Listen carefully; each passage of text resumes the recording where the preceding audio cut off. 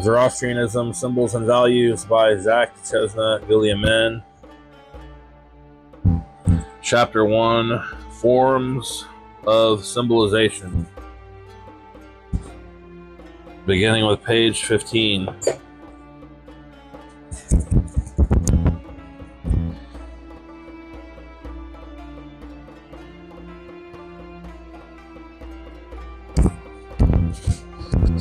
The Parsis give their customs and beliefs a symbolical meaning. In this, they do not differ from the adepts of other religions. For it can be said that religious reflection always and everywhere largely consists in wondering about the reason and the purpose of a particular rite. Afterwards, and perhaps only beyond a certain level of naivete, is this wonder directed to the hidden sense of a particular myth. No religion can totally free itself from ritual, even in the most spiritualized ones. For instance, some forms of Protestantism, there crops up now and then a certain nostalgia for ritual. Men have ceased to believe in the intrinsic quasi-magical value of gestures and objects. These are discarded as magic, as idolatry, but they are preserved as symbols. From magic to symbol. Such could be the formula of a normal religious evolution. In the less spiritualized forms, religion has stepped somewhere halfway at a stage which is, to use St. Augustine's term, may be called sacramental. The interpretation of a rite is often a matter of uncertainty, hence a variation or renewal. This is no evidence of weakness. Indeed, it could not be said that a living religion is one that reinterprets its practices. Thus, according to the Dabistan, the apocryphal Iranian work of the 17th century, the sound of the mortar struck with the pestle in order to avert evil spirits becomes, on a second level of symbolism, a reminder of the thoughts, words, and deeds which will intervene at the coming of the future saviors. In most cases, the visible material action is representative of an invisible spiritual one. Sometimes it simply represents, by a kind of euphemism, another reality. We see the difficulty of explaining symbols without resorting to other symbols. When we read what J.J. Modi, a Parsi scholar, has to say of the Vedika. The red pigment mark on the forehead of a bride is always round, and on the forehead of a bridegroom always long and vertical. The reason is this: the long vertical mark of the male symbolizes the ray of the sun, and the round mark of the female symbolizes the moon. A handsome man is compared by Oriental writers with the sun, but the beauty of a woman is always compared with that of the moon.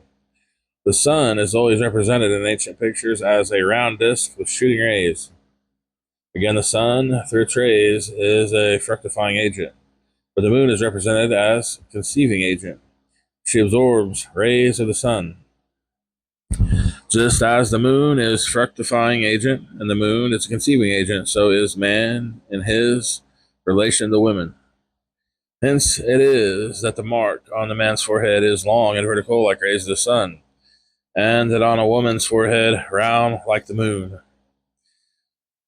What a roundabout way of telling us that these dots and bars are sexual symbols. To avoid being arbitrary, any study of religious symbolism will have to proceed in a historical comparative fashion. For instance, the facade of a rock tomb, probably Median, at Kizkapan, shows two men, undoubtedly magi, on either side of the fire altar across which they face each other. They are wearing caps which cover their mouth. Their left hands rest on their bows, while their right are lifted in front of them, with the palm held vertically. The same attitude is found on the monumental facade of the rock tomb of Darius at Nakshi-Rustam. See figure 1. On a huge throne carried by slaves stands Darius facing a burning altar. Under the winged disc represented the sky god, with, behind it, a full disk, whose under edge is swollen in the shape of a crescent, a probable figuration of the sun and the moon. The king holds in his left hand his bow, resting on the ground, while his right hand makes the gesture we have just described, a gesture of prayer designated in the Gathas by the term Ustana Zasta, with outstretched hand. The same gesture is attributed to the god, as can be seen on the relief of dominating the great inscription which Darius ordered to be engraved on the rock of Behishtan, Ahura Mazda, emerging from the wing discs, an old Egyptian symbol whose history will be recalled further on.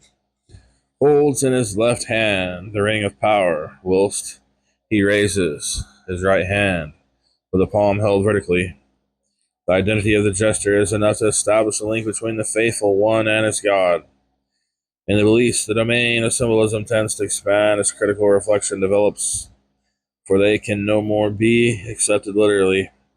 The Parsis have gone very far in this direction. Ever since the Middle Ages, Ahriman, their devil, has occasionally been interpreted away as the evil tendencies in man. This allegorizing can end in the complete dissipation of a myth. In a catechism published by Moody in 1911,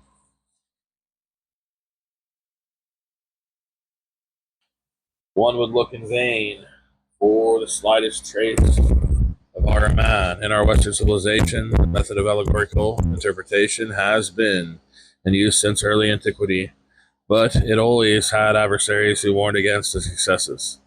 It was the first applied to Homer in the Hesiod by Theogenes of Rhegium as early as the 6th century BC. He insisted that the battle of the gods was an allegory of moral conflict. The judgment of Paris signified a debate between faculties of the soul. In this way, the old myths were saved in the minds of a more critical age. Sometimes the method was means of masking orthodox ideas under the appearance of tradition. Thus, according to Stoic materialism, the gods represent the elements. Here, there, etc. Philo, the Jew, and the others apply to the classical method of allegorical interpretations. The Old Testament anthropomorphic statements about God were not to be taken literally, but as allegories, etc. Paul inaugurated the typology of the Old Testament, which consists in finding in every feature of the ancient scriptures a prefiguration of some event of the new era. Origin carried on while Philo and Paul had begun. Today, a thinker like Bultmann, with his demythologizing, reflects essentially the same attitude. This tendency had, as we said, its detractors in the Occident for several reasons, one of them being for the sake of reason itself. It was combated by Xenophanes, Heraclitus, and Plato, Epicurus, and the New Academy by grammarians of Alexandria and the Emperor Julian, and by many Christians, including Arnobius, but in the Middle Ages this opposition ceased. The preoccupation with the symbols has renewed in the Romantic period in the context of the medieval revival, then in the symbolist movement in Freudianism and Jungianism, and finally in Surrealism.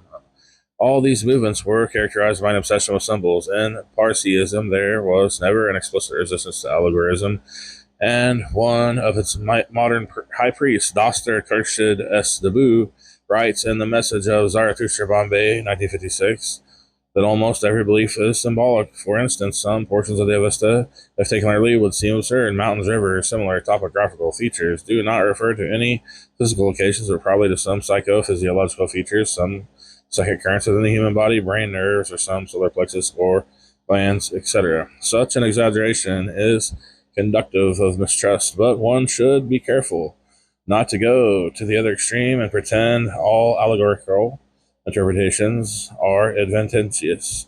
To the remain objective to the historian of religion will first seek the text. There, the use of allegory is explicitly and avowed.